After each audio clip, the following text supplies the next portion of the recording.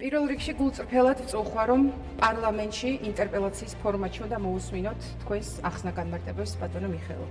დღეს ტრიბუნიდან მოგიწევთ ესაუბროთ მშობლებს, რომლებიც წესით თქვენივე ინტერესიდან გამომდინარე თქვენს კაბინეტში უნდა განიხილავდნენ საკუთარი შვილების გადარჩენის გზებს. მათ ზრუნვაში ატარებდნენ დროს და იმიტომ, რომ გამბედაობა არ ყოფნით გადაწყვეტილებების მიღების, ისინი კანცელარიის ცივ კედლებთან არ ათენებდნენ ღამეებს. ეს ადამიანები არ ითხოვენ ხელფასის ან პენსიის მომატებას. ეს ხალხი შვილების გადარჩენას ითხოვს.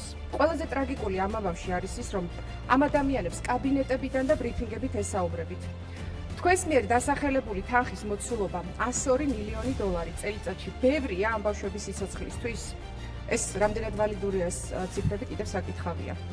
არ დაგავიწყეთ, თქვენ ხართ გუნდი, რომელსაც ჩამორთმეული აქვს მორალური უფლება ესაუბროს ფინანსებზე.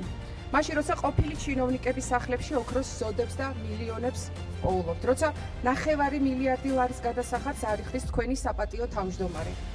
როცა ხალხის ბიუჯეტიდან 800 მილიონ ლარამდე მხოლოდ ჩინოვნიკების ავტომანქანების სახარჯავად არის თანხები გამოყოფილი ბიუჯეტიდან. შეგახსენებთ, რომ თქვენმა პარტიამ 2025 წლის ბიუჯეტიდან 600 მილიონი ლარი ვერ აითვისა.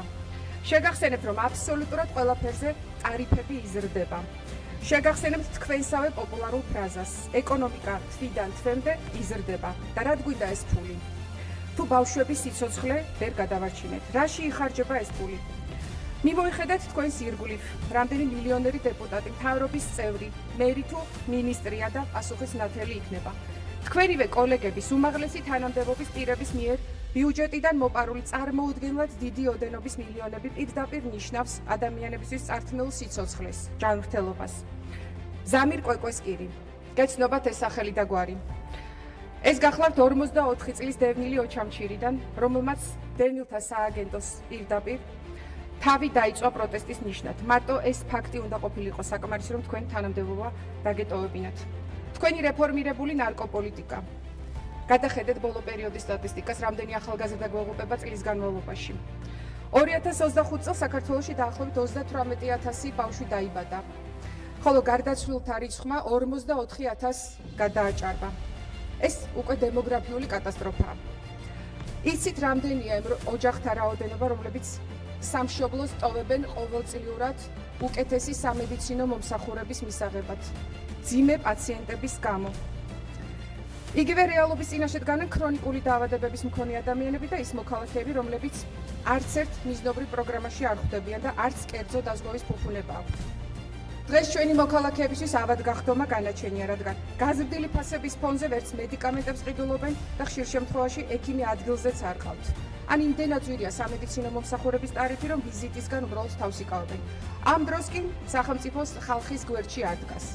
ჯანდაცვის სამინისტრო არ არის მოწყალების სააგენტო. ის არის სახელმწიფო ინსტიტუცია, რომელიც ვალდებულია იზრუნოს მოქალაქეების ჯანმრთელობასა და მათ სოციალურ გარანტიებზე და არც სამინისტროს ბიუჯეტია თქვენი პირადი ქონებრივი საკუთრება. ეს საქართველოს მოქალაქეების ფულია, რომელიც მათსავე კეთილდღეობას უნდა მოხმარდეს.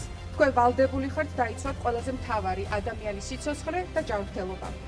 თქვენ არ ხართ უბრალოდ წარუმატებელი მინისტრი. თქვენ ხართ ადამიანების სიცოცხლისთვის საშიში თანამდებობის პირი. იმედია დღეს მაინც შეიკავებთ თავს პოპულისტური მესიჯ ბოქსებისგან და პროპაგანდისგან და ამორწურავ პასუხს გასცემთ ერთ კითხვაზე მაინც. რატომ ვერ იცავს სახელმწიფო იმ მოქალაქეებს, რომლებსაც დღეს ეს ყველაზე მეტად სჭირდებათ? გაითვალისწინეთ, დღეს თქვენ გიყურებენ ბავშვები, რომელთა მშობლებიც მათი ცხოვრების გადასარჩენად ღამეებს ათენებენ კანცელარიის წინ. მადლობთ.